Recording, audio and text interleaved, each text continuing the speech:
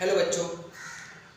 तो आज हम जो है रिवीजन करने वाले हैं उस चैप्टर का नाम है माइक्रोब्स इन ह्यूमन वेलफेयर। तो माइक्रोब्स इन ह्यूमन वेलफेयर में हमें सबसे पहले ये बताया जाता है कि जो माइक्रोब्स हैं वो ह्यूमंस के वेलफेयर में ह्यूमंस के लिए कितने ज़्यादा इम्पोर्टेंट हैं उनकी बात करते हैं।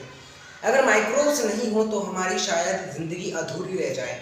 चलिए शुरू करते हैं। अब देखिए, सबसे पहले बात आती है जब आप मिल्क को देखते हो और जब मिल्क से कर्ड को बनाते हो तो इसमें एक माइक्रोब यूज़ होता है। उस माइक्रोब का नाम होता है लैक्टोबैसिलस।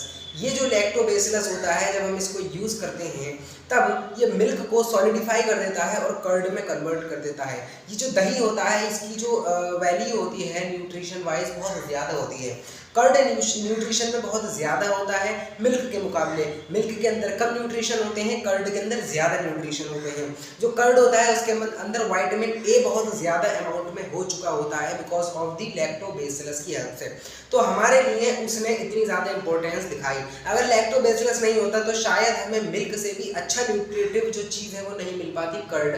दूसरे नंबर पर हम प्रिपरेशन देखते हैं किसकी, स्विस चीज़। ये वो चीज़ होता है जिसको हम पनीर के तौर पे खाते हैं, स्विस चीज़। इसमें आपको एक माइक्रोब्स यूज करना पड़ता है जिसका नाम होता है प्रोपियोनिक बैक्टीरियम शेरमनी। ये प्रोपियोनिक बैक्टीरियम शेरमनी क्या करता है, मिल्क को कन्वर्ट कर देता है स्विस चीज़ के अंदर। ये जो स्विस चीज़ होते हैं इसके अंदर से CO2 निकल के भागती है और जब CO2 इवेपोरेट होती है तो वहाँ पर छेद हो जाता है, पोर हो जाते हैं किसके अंदर, स्विस चीज़ के अंदर। तो आपने जो चीज़ के अंदर छेद देखे हैं वो CO2 के इवेपोरेट होने की वजह से ही होते हैं और आपका स्विस चीज़ बनाता कौन है, प्रोपियोनिक बैक्टीरियम शेरमनी बनाता है। उसके बाद हम आते हैं किसके अंदर, उसके बाद हम आते हैं डॉ।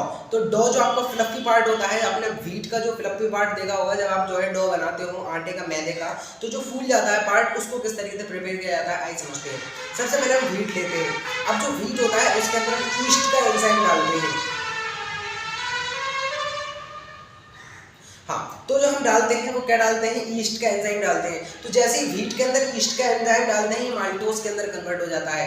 उस माल्टोज की हम माल्टेज के साथ रिएक्शन कराते हैं तो ग्लूकोज प्लस ग्लूकोज में कन्वर्जन हो जाता है। इस ग्लूकोज प्लस ग्लूकोज की हम रिएक्शन कराते हैं जाइमेज के साथ, तब हमें क्या मिलता है, एक तरीके का डॉ मिलता है। और हमें क्या मिलता है, उसमें इथेनॉल फॉर्म होता है। जब हम जाइमेज डालते हैं किसके अंदर, ग्लूकोज के अंदर जब हम जाइमेज डालते हैं तो इथेनॉल और प्लस CO2 हमें मिलती है। ये CO2 इवेपोरेट हो जाती है और जब CO2 आपकी इवेपोरेट होती है तब वो पार्ट फूल जाता है, डॉ जो है आपका फ्लफी बन जाता है। इसलिए हमें डॉ बनाने में भी, जो डॉ है उसको बनाने में भी माइक्रोब्स का यूज होता है, जिसमें हमने जाइमेज डाले थे, ईस्ट डाला था। अगर आपको इथेनॉल की फॉर्मेशन करनी है इंडस्ट्रियल, जैसे कि अगर मुझे फॉर्म करना है किसके थ्रू, फ्रक्टोज के थ्रू या फिर सुक्रोज के थ्रू, हमने एक सुक्रोज लिया, उस सुक्रोज की रिएक्शन कराई इन्वर्टेज एंजाइम के साथ, तब हमें क्या मिला, हमें मिल गया ग्लूकोज प्लस फ्रक्टोज। इस ग्लूकोज प्लस फ्रक्टोज की हमने रिएक्शन कराई जाइमेज के साथ, हमें मिल गया इथेनॉल प्लस का CO2, तो इथेनॉल फॉर्म हो गया। दूसरा तरीका क्या होता है, अगर आपने देखा हो तो हमने क्या लिया, मान के चलिए कोई स्टार्च ले लिया, उस स्टार्च की अगर हमने रिएक्शन कराई ईस्ट के साथ तो हमें माल्टोज मिला। माल्टोज की मैं माल्टेज के साथ करा रहा हूँ तो ग्लूकोज प्लस ग्लूकोज मिला। जाइमेज के साथ कराऊंगा ग्लूकोज प्लस ग्लूकोज की तो इथेनॉल प्लस का CO2 हमें मिल जाएगा। हमने अभी तक क्या देखा, हमने देखा किस तरीके से कर्ड बनाता है, स्विस चीज एंड डॉ किस तरीके से बनती है। अब आते हैं टॉडी। ये जो टॉडी होता है ये आपका वेस्ट इंडिया में अगर आप जाओगे तो ये ट्रेडिशनल ड्रिंक होती है, उनकी बहुत ही पसंदीदा ड्रिंक होती है। इसको भी माइक्रोब्स की हेल्प से बनाया जाता है। Not given NCERT which microbe, but आपको क्या याद रखना है, ये भी माइक्रोब से बनाया जाता है, जो क्या करता है, एक मतलब जो है उसको ड्रिंक में कन्वर्ट कर देता है, जिसको वेस्ट इंडिया में बहुत अच्छे से पिया जाता है, बहुत अच्छे से सर्व किया जाता है। उसके बाद हम आते हैं किसके अंदर, एंटीबायोटिक्स के अंदर। अगर आपने एंटीबायोटिक्स की कहानी सुनी भी होगी तो एंटीबायोटिक्स सबसे पहले किसने बनाया है, ये हम 8th क्लास से पढ़ते हुए आ रहे हैं, अलेक्जेंडर फ्लेमिंग ने बनाया है।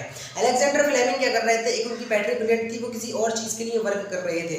उन्होंने देखा कि जो बैक्टीरिया की वो जो जनसंख्या है, बैक्टीरिया की जो पॉपुलेशन है वो टाइम टू टाइम कम होती जा रही है, लेकिन बैक्टीरिया तो बाइनरी फिजन करते हैं, तो बैक्टीरिया की कभी भी पॉपुलेशन कम नहीं होती है, बैक्टीरिया की पॉपुलेशन बढ़ती ही रहती है। अगर आप नेचुरली देखोगे तो नेचुरली वो कम नहीं होती है, बैक्टीरिया की पॉपुलेशन बढ़ती रहती है बिकॉज बाइनरी फिजन करते हैं। उन्होंने जब ये नज़ारा देखा कि बैक्टीरिया की पॉपुलेशन घट क्यों रही है तो उन्होंने क्या करा, अपने सब काम को छोड़ के इस खोज में लग गए और इनको एक चीज़ मिली जिसका नाम रखते हैं हम एंटीबायोटिक है। जो फर्स्ट एंटीबायोटिक होती है जिसका नाम क्या था, पेनिसिलिन था। ये जो पेनिसिलिन था इन्होंने जब खोज करी तो इनकी एक तुक्के की खोज है ना, ये तुक्के, उनका कोई मकसद ही नहीं था पेनिसिलिन फाइंड करने का, लेकिन उनको पेनिसिलिन मिला। लेकिन ये जो आपको देखोगे एंटीबायोटिक, ये अपनों के लिए क्या है, यानी कि ह्यूमंस के लिए प्रो लाइफ है, लेकिन और चीज़ों के लिए और ऑर्गेनिज्म के लिए ये उनके लिए अगेंस्ट लाइफ है। हमारे लिए तो फायदेमंद है इसलिए हमने कह दिया प्रो लाइफ है, औरों के लिए क्या है ये नुकसानदायक है इसलिए वो अगेंस्ट लाइफ है। उसके बाद हम समझते हैं थोड़ा सा कि एंटीबायोटिक का फिर डिटेल्ड जो आपको व्यू दिया, डिटेल्ड जो नॉलेज दी वो किसने दी, फिलोरी एंड चैन। ये दो साइंटिस्ट थे, एक का नाम था फिलोरी, एक का नाम था चैन। 1945 में इस काम के लिए उनको एक नोबेल प्राइज भी मिला था, फिलोरी को एंड चैन को। अब जो हमने ये एंटीबायोटिक्स बनाया है पेनिसिलिन, इसका जो फर्स्ट यूज हुआ था वो हुआ था आपका एक सोल्जर था जो कैसे कहा था, अमेरिकन सोल्जर था। जब वर्ल्ड वॉर सेकंड चल रहा था तो वर्ल्ड वॉर सेकंड में एक अमेरिकन सोल्जर था, उसके ऊपर हमने ये ट्रीट करा, सबसे पहली बार एंटीबायोटिक का यूज करा था जो उसको काफी ज्यादा फायदा करा और वो ठीक भी हो गया था। वर्ल्ड वॉर सेकंड की बात है, एक अमेरिकन सोल्जर के ऊपर। अब हम ये करते हैं, अब इन माइक्रोब्स का हम यूज करते हैं फॉर्मेशन ऑफ दी अल्कोहल के लिए। जैसे हम देखते हैं ब्रांडी हो गया, वोडका हो गया, वाइन हो गया, है ना, बियर हो गया, इन सब के लिए क्या करते हैं, यूज करते हैं।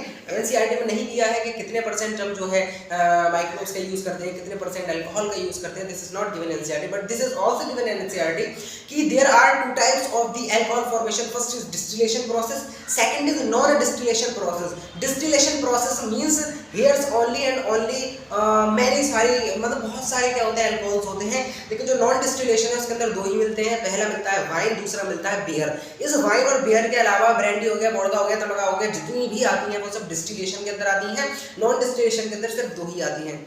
अब समझते हैं कि आपका जो ये माइक्रोब्स का यूज है एंजाइम्स के लिए कितना यूज है। आपने एक चीज पढ़ी होगी पैक्टिनेज। ये जो पैक्टिनेज एंजाइम होता है ये क्या करता है, जो आपने जूस देखा होगा, जूस के अंदर जो क्लैरिफिकेशन होती है वो इस पैक्टिनेज एंजाइम की हेल्प से ही आती है। दूसरे नंबर पे आते हैं, उसका नाम है क्या, उसका नाम है स्ट्रेप्टोकाइनेज। ये स्ट्रेप्टोकाइनेज क्या करता है, ब्लड क्लॉट को ठीक करता है और आपकी मायोकार्डियल जो हार्ट अटैक होता है उसकी जो प्रोबेबिलिटी है उसको कम करता है, हार्ट अटैक से बचाता है। देखिए बहुत सी जगह क्या होता है, ब्लड क्लॉट हो जाता है, और अगर ब्लड क्लॉट हो जाता है तो माइक्रोब का यूज करते हैं जिसका नाम होता है स्ट्रेप्टोकाइनेज, जो क्या करता है आपका इन सब चीजों को ठीक कर देता है। स्ट्रेप्टोकाइनेज को हम कहां से लेते हैं, स्ट्रेप्टोकाइनेज लेते हैं हम स्ट्रेप्टोकोकस निमोनिया। हम वहां से इस स्ट्रेप्टोकाइनेज को निकालते हैं और ह्यूमंस देते हैं, तो जो ब्लड क्लॉट होता है वो ठीक हो जाता है और मायोकार्डियल जो हार्ट अटैक होता है वो भी ठीक हो जाता है। फिर आते हैं हम एक ड्रग के बारे में जिसको साइक्लोस्पोरिन ए कहते हैं। ये साइक्लोस्पोरिन ए आपका यूज होता है ऑर्गन इम्प्लांटेशन के लिए।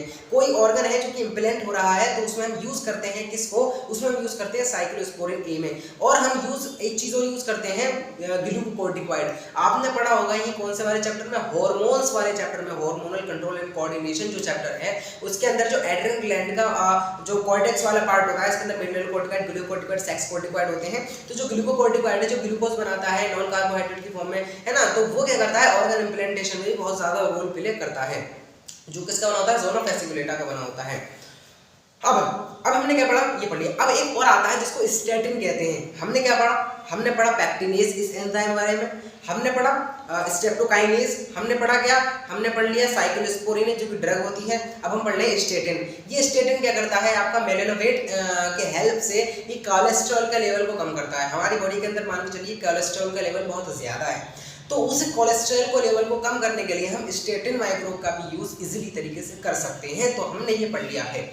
अब आते हैं कि आपने अगर देखा होगा बहुत सी जगह की जो पॉन्ड होते हैं, रिवर होते हैं, उनके वाटर के अंदर बहुत से लोग क्या कर देते हैं, पॉप कर देते हैं, पॉटी कर देते हैं, तो वाटर पूरा खराब हो जाता है, ड्रिंकिंग के लायक नहीं रहता है। तो उसको माइक्रोब किस तरीके से जो है, अब देखो जो रिवर का वाटर है, मान के चलिए किसी ने वो कर लिया, उस पर पॉटी करी और वो पूरा का पूरा रिवर का वाटर क्या हो गया, खराब हो गया। तो उस वाटर को सही करने के लिए, साफ करने के लिए, प्योर बनाने के लिए भी हम माइक्रोब्स का ही यूज करते हैं। आइए सबसे पहले समझते हैं हम किस तरीके से वर्क करते हैं। इसमें हम 2 स्टेप यूज करते हैं। पहला होता है प्राइमरी ट्रीटमेंट, सेकंड होता है secondary treatment. Primary treatment 2 types के होते हैं, एक होता है फिल्ट्रेशन, एक होता है सेडिमेंटेशन। फिल्ट्रेशन में क्या है, आप पूरे वाटर को लेते हो और फिल्टर करते हो, फिल्टर जाली के थ्रू करते हो, जो बड़ा बड़ा कूड़ा करकट पिन्नी ये जो बड़ी बड़ी चीजें लकड़ी वकड़ी ये सब उसके अंदर छन जाती हैं। फिर इसको हमने कह दिया फिल्ट्रेशन। अब हम उस छने हुए वाटर को, जो अभी भी क्या है पुअर वाटर है, वेरी मतलब जो पॉल्यूटेड वाटर है, उसको हमने लिया, पिन्नी सब अलग होगी, फिल्टर हो गया। अब दूसरे प्रोसेस पाएंगे हम, प्राइमरी ट्रीटमेंट के ही प्रोसेस है वो सेडिमेंटेशन। सेडिमेंटेशन में जो रॉक्स होते हैं, छोटे छोटे पेबल्स होते हैं, सॉइल होती है, वो सब क्या हो जाती है, सेडिमेंट होकर नीचे बैठ जाती है। नीचे जब ये बैठ जाती है तो इसको मैंने क्या कह दिया, इसको मैंने कह दिया, देखो जैसे मैं कह रहा हूँ कि ये आपका क्या है, ये है आपका, इसके अंदर क्या है, ये आपका क्या है, ये वाटर है जो क्या था पॉल्यूटेड वाटर है, क्या है पॉल्यूटेड वाटर। इस पॉल्यूटेड वाटर के अंदर क्या है, अभी भी रॉक्स, पेबल्स ये सब पड़े हुए हैं। अब ये जितने भी रॉक्स हैं, ये वाले जितने भी रॉक्स हैं, ये सारे रॉक्स कहाँ पे आ गए, ये सारे रॉक्स आपके आ गए जमीन पे, मैं यानी कि सॉरी बेस पे आ गए। ये रॉक्स हो गए, मिट्टी, पेबल्स वगैरह सब यहाँ इकट्ठी हो गई। और अब ये वाटर बचा कैसा, पॉल्यूटेड। अब पॉल्यूटेड है ना, अभी सही थोड़ी हो गया ये, इनके तो हमने कूड़ा करकट को साफ कर रहे हैं। अब ये जो आपका बचा, जो नीचे सेट हो गया, इसको क्या कहते हैं, प्राइमरी स्लग। क्या कहते हैं, प्राइमरी स्लग। अब ये क्या है आपका, इसको मैंने कह दिया इफ्लेंट, जो आपका विदाउट पेबल्स और सॉइल, विदाउट जो है सॉइल हो गए, पेबल्स हो गए, इनके जो वाटर बचा पॉल्यूटेड, उसको मैंने इफ्लेंट कह दिया। अब मैं इस इफ्लेंट को क्या करता हूँ, लौटता हूँ एक दूसरे टैंक में, जिसको एरिएशन टैंक कहते हैं। एरिएशन टैंक में हम लौटते हैं। अब वो एरिएशन टैंक में इसलिए लौटा ताकि एयर की जो है अच्छे से बाईपास हो सके, एयर अच्छे से उसके अंदर जा सके। उस एरिएशन टैंक के अंदर हम जैसे ही इन इफ्लेंट को डालते हैं, तो डालते ही उस इफ्लेंट के अंदर हमें कुछ नेचुरली फ्लॉक्स मिलते हैं। नेचुरली हमने डाला नहीं, कितने नेचुरली, तो जो फ्लॉक्स होते हैं उसके अंदर क्या मिलता है, एरोबिक बैक्टीरिया प्लस फंजाई। तो जो फ्लॉक्स होते हैं, फ्लॉक्स ये किस चीज के बने होते हैं, aerobic bacteria, aerobic bacteria plus का फंजाई। ये जो एरोबिक बैक्टीरिया प्लस का फंजाई होते हैं, ये बहुत ज्यादा रोल प्ले करते हैं इस इफ्लेंट को एक प्योर वाटर के अंदर कन्वर्ट करने के लिए। तो वो क्या होता है, जब एरिएशन टैंक के अंदर हमने देखे भाई ये फ्लॉक्स मिल रहे हैं जो कि नेचुरली आपके मिल रहे हैं, मतलब एरोबिक बैक्टीरिया प्लस फंजाई मिल रहा है। ये जो फ्लॉक्स होते हैं, ये क्या करते हैं, मोर बीओडी लेवल को लो बीओडी लेवल में कन्वर्ट कर देते हैं। यानी कि जो वाटर मोर पॉल्यूटेड है, मतलब उसका जो लेवल है बीओडी का बहुत ज्यादा है, यानी कि उसको ज्यादा ऑक्सीजन की डिमांड है for the more polluted water को लेस पॉल्यूटेड वाटर में कन्वर्ट करने के लिए। अगर वो वाटर लेस पॉल्यूटेड बन जाता है तो उसकी मतलब लो बीओडी लेवल है, उसका जो बायोकेमिकल ऑक्सीजन डिमांड है वो बहुत ज्यादा कम है। इसका मतलब वो क्या हो गया है, आपका लेस पॉल्यूटेड हो गया है। तो फ्लॉक्स क्या करते हैं, इस मोर बीओडी लेवल के वाटर पे जब तक एक्शन करते रहते हैं, जब तक इस इफ्लेंट के ऊपर एक्शन करते रहते हैं, जब तक इसके ऊपर जो है अपना कार्य करते रहते हैं, जब तक मोर बीओडी लेवल जो है आपका लेस बीओडी लेवल में कन्वर्ट ना हो जाए। अगर more BOD level less BOD level में कन्वर्ट हो गया, समझ जाइए कि वो क्या हो गया, आपका पॉल्यूटेड वाटर बन चुका है, बहुत ज्यादा कम पॉल्यूटेड वाटर है, लेस पॉल्यूटेड वाटर है, यानी कि प्योर वाटर बन चुका है। अब हम क्या करते हैं, उस प्योर वाटर को डाल देते हैं दूसरे टैंक में, जिसको सेटलिंग टैंक कहते हैं, और एरिएशन टैंक को खाली कर देते हैं और डालते हैं किसके अंदर, हम सेटलिंग टैंक के अंदर। सेटलिंग टैंक के अंदर जाते ही फ्लॉक्स क्या हो जाते हैं, आपके ऊपर आ जाते हैं। उन फ्लॉक्स को उठाते हैं हम और एरोबिक डाइजेस्टर के अंदर जाते हैं, और एन एरोबिक डाइजेस्टर के अंदर डाल देते हैं। जैसे इन फ्लॉक्स को एन एरोबिक डाइजेस्टर के अंदर हम डालते हैं, तो उसके अंदर एन एरोबिक बैक्टीरिया होते हैं, जो ये एरोबिक बैक्टीरिया क्या करते हैं, एरोबिक बैक्टीरिया को डाइजेस्ट कर देते हैं, खत्म कर देते हैं और बायोगैस प्रोड्यूस करते हैं। उस बायोगैस का आप यूज कर लेते हो सिलेंडर जलाने में, घर में जो है होम में आप यूज कर लेते हो। अब जो आपका वाटर प्योर बचा, जो आपका वाटर बचा प्योर, आप उसको उठाते हो और डाल देते हो किसके अंदर, रिवर के अंदर। जहां से पानी निकाला था उसको आपने प्राइमरी ट्रीटमेंट दिया, उसको आपने फिल्ट्रेशन करा, सेडिमेंटेशन करा, इफ्लेंट बनाया, उसको आपने एरिएशन टैंक के अंदर डाला, उसके अंदर आपको फ्लॉक्स मिले जो कि एरोबिक प्लस फंजाई बैक्टीरिया होते हैं। इसको आपने क्या करा, फ्लॉक्स के साथ रिएक्शन कराई, फ्लॉक्स ने खूब ज्यादा काम करा, उस जो है पॉल्यूटेड वाटर को, मोर ब्यूटी लेवल वाटर को फ्लॉक्स ने एक्शन करने के बाद लो पॉल्यूटेड वाटर बना दिया।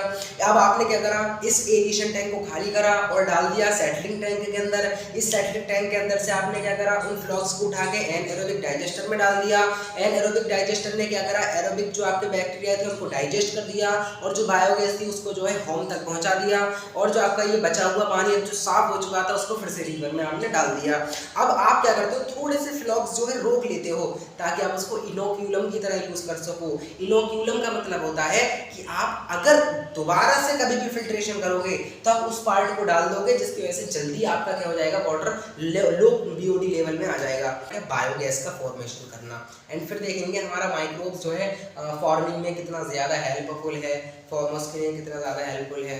तो अभी मैं थोड़ा सा पानी पिया हूँ फिर। हाँ, तो हमने जो पढ़ लिया था कि किस तरीके से लीवर को क्लीन कराया जाता है, तो बायोगैस आपकी प्रोड्यूस होती है। Okay, I am visible. देखिए सबसे पहले क्या होता है, हमारे पास 3 कंटेनर होते हैं। एक होता है सिलरी।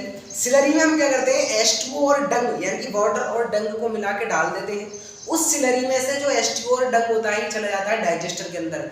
डाइजेस्टर के अंदर प्रोसेस चलता है, पूरा डाइजेशन होता है। फिर जो उससे गैस बनती है बायोगैस, वो आपकी चली जाती है किसके थ्रू, पाइपलाइन के थ्रू। जो पाइपलाइन आपका लगा होता है होम में, होम में पाइप लगे होते हैं, घरों में, लोगों के घरों में वो पाइप लगे होते हैं और यहाँ पे पूरा प्रोसेस चल रहा होता है कि डंग और जब वाटर डालोगे तो डाइजेस्टर के अंदर जाएंगे, 3 प्रोसेस होते हैं उसके अंदर। वो होता है सॉल्युबलाइजेशन, एसिडोजेनेसिस होता है एंड फिर आपका मिथेनोजेनेसिस होता है। फिर क्या होता है, जो बचा कुचा होता है वो मैन्योर में कन्वर्ट हो जाता है, फर्टिलाइजर में कन्वर्ट हो जाता है, जो काफी ज्यादा इंपॉर्टेंट। आपने पढ़ा होगा कि बायोलॉजिकल क्लासिफिकेशन के अंदर की मिथेनोजन बैक्टीरिया होते हैं जो क्या करते हैं, बायोगैस प्रोड्यूस कराने में हेल्प करते हैं, मीथेन प्रोड्यूस कराने में हेल्प करते हैं, जो कि रूमिनेंट एनिमल जो गट होते हैं उनके अंदर मिलते हैं, जो क्या करते हैं, आपके डंग को प्रोड्यूस करते हैं, उससे बायोगैस बनाने में हेल्प करते हैं। तो बहुत ज्यादा उनका रोल होता है। अब देखिए ये क्या है, आपका सिलरी है, ये क्या है आपका सिलरी।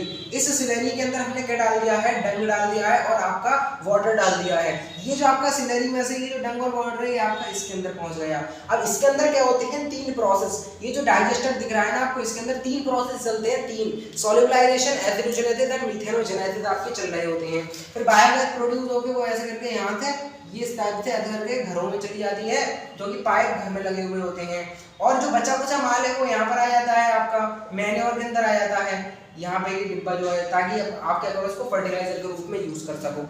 अब जैसे ही हमने स्लरी के अंदर ये डाला, ये डाइजेस्टर के अंदर आया। अब डाइजेस्टर के अंदर 3 प्रोसेस चलते हैं। कौन कौन से प्रोसेस चलते हैं आइए बताते हैं। देखिए डाइजेस्टर के अंदर क्या चलता है, पहला प्रोसेस चलता है जिसको सॉल्युबलाइजेशन कह देते हैं। ये जो सॉल्युबलाइजेशन होता है इसके अंदर क्या होता है, इसके अंदर जो लार्ज मॉलिक्यूल्स होते हैं, कौन से, जो लार्ज मॉलिक्यूल्स होते हैं वो आपके कन्वर्ट हो जाते हैं स्मॉल मॉलिक्यूल्स में। किसके अंदर, स्मॉल मॉलिक्यूल्स के अंदर कन्वर्ट हो जाते हैं, सॉल्युबलाइज हो जाते हैं। मेनली एक तरीके से लार्ज मॉलिक्यूलर सॉल्युबलाइज होके स्मॉल मॉलिक्यूल्स में कन्वर्ट हो जाते हैं। और ये मॉलिक्यूल्स है किसके, ये है डंग के, किसके, डंग के। अब इसके अंदर क्या चलता है, दूसरा प्रोसेस चलता है और उस प्रोसेस का नाम क्या है, एसिडोजेनेसिस, एसिडोजेनेसिस। और जब एसिडोजेनेसिस करते हैं तो ये जो आपका होता है ये एसिटिक एसिड में कन्वर्ट हो जाता है। तो हमने सबसे पहले क्या देखा, सबसे पहले जो डंग है जब वो डाइजेस्टर के अंदर आ जाता है तो सॉल्युबलाइजेशन के थ्रू जो डंग के बड़े बड़े मॉलिक्यूल्स होते हैं वो छोटे छोटे सिंपल मॉलिक्यूल्स में कन्वर्ट हो जाते हैं, डंग के ही मॉलिक्यूल सिंपल मॉलिक्यूल में कन्वर्ट हो जाते हैं। सॉल्युबलाइजेशन भी आपका प्रोसेस हो गया। दूसरा एसिडोजेनेसिस, यानी कि वो जो आपकी सिंपल एंड आपके एब्जॉर्बेबल जो मॉलिक्यूल्स हैं छोटे छोटे, उनको हम एसिटिक एसिड में कन्वर्ट करते हैं, मींस एसिडोजेनेसिस। अब मैं इस एसिटिक एसिड का क्या करता हूँ, तीसरा प्रोसेस चालू कर देता हूँ, उसका नाम क्या होता है, मिथेनोजेनेसिस। उसका नाम क्या होता है, मिथेनोजेनेसिस। और ये एसिटिक एसिड कन्वर्ट हो जाता है फिर मीथेन गैस के अंदर। और भी बहुत सारी गैस निकलती हैं, जैसे कि H2 गैस निकलती है, लेकिन मैंने जो आपको याद रखना है वो मीथेन गैस याद रखना है। ये टॉपिक बिना लिखे नहीं समझाया जा सकता था, इसलिए मुझे इसको लिखना ही पड़ा, बिकॉज बहुत ज़्यादा इंपॉर्टेंट है, तो आप इसको नोट कर सकते हैं। क्या करा हमने, एक स्लरी ली, उसके अंदर डंग और H2O को डाला, डालने के बाद वो जो डंग और H2 था वो आपका कहाँ चला गया, डाइजेस्टर के अंदर। उस डाइजेस्टर के अंदर 3 प्रोसेस, सॉल्युबलाइजेशन, बड़े बड़े मॉलिक्यूल्स स्मॉल सिंपल मॉलिक्यूल में कन्वर्ट हो गए, एसिडोजेनेसिस, स्मॉल सिंपल जो मॉलिक्यूल्स थे उसकी क्या हुई, एसिडोजेनेसिस। दूसरा प्रोसेस हुआ वो कन्वर्ट हो गया एसिटिक एसिड के अंदर। इस एसिटिक एसिड के अंदर क्या हुई आपकी तीसरी प्रोसेस, जिसका नाम क्या होता है, जिसका नाम था मिथेनोजेनेसिस, मीथेन गैस के अंदर कन्वर्ट हो जाना। ये जो मीथेन गैस के अंदर कन्वर्जन होती है इसको कहते हैं मिथेनोजेनेसिस, और आपकी H2 वगैरह निकलता है। अब जब यहाँ से बायोगैस बन जाती है तो बायोगैस आपकी इस पाइपलाइन के थ्रू होकर चली जाती है। क्या ये बायोगैस, ये आपकी क्या हो जाती है, यहाँ से होकर चली जाती है। और ये आपका क्या होता है, कुछ बच जाता है जिसको मैन्योर कहते हैं, जो इधर की तरफ आ जाता है, एंड आपका क्या करता है फिर ये मैन्योर फर्टिलाइजर की तरह वर्क करता है। अब जो हम पढ़ने वाले हैं वो पढ़ने वाले हैं कि किस तरीके से हमारे एग्रीकल्चर में इसका बहुत ज्यादा क्या है रोल है। देखो हम पहले जमाने में क्या करते थे, केमिकल्स का यूज किया करते थे। आपने शायद बायोटेक्नोलॉजी के एप्लीकेशन के चैप्टर में भी पढ़ा होगा कि हम जो है यूज किया करते थे, क्या जो हमने एग्रोकेमिकल एग्रीकल्चर चलाई थी, यानी कि जिसके अंदर पेस्टिसाइड हर्बिसाइड यूज हुआ करते थे। तो ये जो हर्बिसाइड और पेस्टिसाइड थे ये क्या करते थे, प्लांट को नुकसान पहुंचाते थे, प्लांट को हार्म पहुंचाते थे। और उसी प्लांट को अगर हम ईट कर लेंगे तो क्या हम बच जाएंगे, नहीं, हमें भी हार्म होगा। तो इसलिए हमने क्या करा, इसलिए हमने इसको बंद करा और हमने कहा कि आप बायोलॉजिकल चीज यूज करो, बायोलॉजिकल ऑर्गेनिज्म यूज करो जो आपके प्लांट को जो है नेचुरली ठीक ठाक रखे, नेचुरली कुछ अफेक्ट ना होने दे। लोगों ने क्या किया, यूज हो सकता है, हम बैक्टीरिया का यूज कर सकते हैं, हम साइनोबैक्टीरिया का यूज कर सकते हैं, हम सिम्बायोटिक एसोसिएशंस का यूज कर सकते हैं। तो आइए सबसे पहले समझते हैं बैक्टीरिया कौन सा है, ऐसा बैक्टीरिया कौन सा है जो हमारे प्लांट के लिए जो है बहुत ज्यादा इंपॉर्टेंट है। आपने एप्लीकेशन चैप्टर में पढ़ा होगा, बायोटेक्नोलॉजी के एप्लीकेशन में आपने चैप्टर में ये पढ़ा होगा कि जो बेसिलस होता है, जो बीटी कॉटन प्लांट के अंदर होता है, वो बेसिलस क्या करता है, उस बीटी कॉटन प्लांट को बचाता है बाय द क्राइजीन के थ्रू। तो वो क्या करता है, उसकी जो क्राइजीन होती है उसको टीआई प्लाज्मिड के साथ रिकॉम्बिनेट बनाते हैं और बीटी कॉटन प्लांट के अंदर डाल देते हैं। ये जो बीटी कॉटन प्लांट होता है, ये पेस्ट रेजिस्टेंट हो चुका होता है। अब इस पर कोई भी अगर इंसेक्ट इसको खाने के लिए आएगा तो क्राइजीन क्या चली जाएगी, इंसेक्ट के गट के अंदर चली जाएगी। मिड गट के अंदर एल्कलाइन पीएच होता है और एल्कलाइन पीएच होने की वजह से जो क्राइजीन है वो आपकी खत्म हो जाएगी, खराब हो जाएगी। और सॉरी, क्राइजीन खराब नहीं होगी, क्राइजीन एक्टिव हो जाएगी, सॉरी। और जब क्राइजीन एक्टिव हो जाएगी जिसकी वजह से क्या हो जाएगा, आपका वो जो कॉटन बॉलवर्म खाता होता है कॉटन प्लांट को, वो आपका खत्म हो जाएगा, मर जाएगा, डिस्ट्रॉय हो जाएगा। तो ये बेसिलस बैक्टीरिया ने क्या करा, प्लांट को बचा लिया, नहीं बचा लिया, पहला यूज। दूसरा, साइनोबैक्टीरिया कैसे यूज करती हैं? देखो साइनोबैक्टीरिया क्या, साइनोबैक्टीरिया आपको नहीं बचाती। साइनोबैक्टीरिया का एक सेल होता है हेटेरोसिस्ट नाम का, जो क्या होता है, मॉडिफाई हो जाता है फोटोसिंथेटिक सेल से हेटेरोसिस्ट सेल के अंदर, जो क्या करता है, नाइट्रोजन का फिक्सेशन करता है। जैसे कि आपने पढ़ा होगा किसके अंदर, प्लांट किंगडम के अंदर साइकस, आपने एक पार्ट पढ़ा होगा जिम्नोस्पर्म में, पाइनस और साइकस। साइकस की रूट जो है कोरलोइड रूट बन जाती है, जिसके अंदर हेटेरोसिस्ट यानी कि साइनोबैक्टीरिया मिलते हैं जो नाइट्रोजन फिक्सेशन करते हैं। ये क्या करते हैं, ये रूट के अंदर जाते हैं और हेटेरोसिस्ट सेल की हेल्प से नाइट्रोजन का फिक्सेशन करते हैं। और जब नाइट्रोजन फिक्स हो जाती है तो नाइट्रोजन को कौन ले लेते हैं, प्लांट एब्जॉर्ब कर लेते हैं। और यही आपका क्या हो जाता है, हेल्प हो जाती है प्लांट के लिए। साइनोबैक्टीरिया भी हो गया। थर्ड आते हैं हम सिम्बायोटिक एसोसिएशन के बारे में। आपने माइकोराइजा पढ़ी होगी। ये माइकोराइजा क्या होती है, जो हायर प्लांट्स की रूट होती हैं उनके साथ क्या हो जाती है, ये आपकी माइकोराइजा चिपक गई, वो फंजाई चिपक जाती है। ये क्या आपका higher plant root, higher plant root. और ये क्या है आपका, ये फंजाई। अगर इस फंजाई और हायर प्लांट रूट को मिला दिया, देन मैं कह सकता हूँ क्या हो गया, माइकोराइजा। देन मैं क्या कह सकता हूँ उसको, माइकोराइजा, है ना, कह सकते हो इसको माइकोराइजा। ये क्या करती है, जो प्लांट की रूट से इतनी मॉडिफाई नहीं होती हैं, उनकी जो रूट हेयर होता है, वो रूट हेयर इतने बड़े नहीं होते हैं कि वो वाटर को अच्छे से एब्जॉर्ब कर पाए, फॉस्फोरस को अच्छे से एब्जॉर्ब कर पाए, सल्फर को अच्छे से एब्जॉर्ब कर पाए, मिनरल्स को अच्छे से एब्जॉर्ब कर पाए। तो ये क्या करते हैं, माइकोराइजा बन जाता है इन दोनों का मिलावट से, फंजाई और ये हायर प्लांट जो हैं। जब ये दोनों मिल जाते हैं एक साथ तो इसको हमने कह दिया माइकोराइजा। यानी कि ये और ये इन हायर प्लांट और फंजाई के अंदर एक सिम्बायोटिक एसोसिएशन बन चुकी है। अगर सिम्बायोटिक एसोसिएशन अगर होता है, हायर प्लांट अब इसके बगैर नहीं रह सकता, फंजाई हायर प्लांट के बगैर नहीं रह सकता। बिकॉज फंजाई क्या करता है, फॉस्फोरस वाटर को एब्जॉर्ब करता है और हायर रूट्स को दे देता है। ये हायर रूट्स क्या करती हैं, जो फूड आता है लीफ के थ्रू हायर प्लांट के लिए, वो इसको भी फूड दे देता है। फंजाई को खाना मिलता है, हायर प्लांट रूट को वाटर एंड फॉस्फोरस सल्फर मिलता है। तो हमारे चैप्टर का हुआ दी है, दिस इज द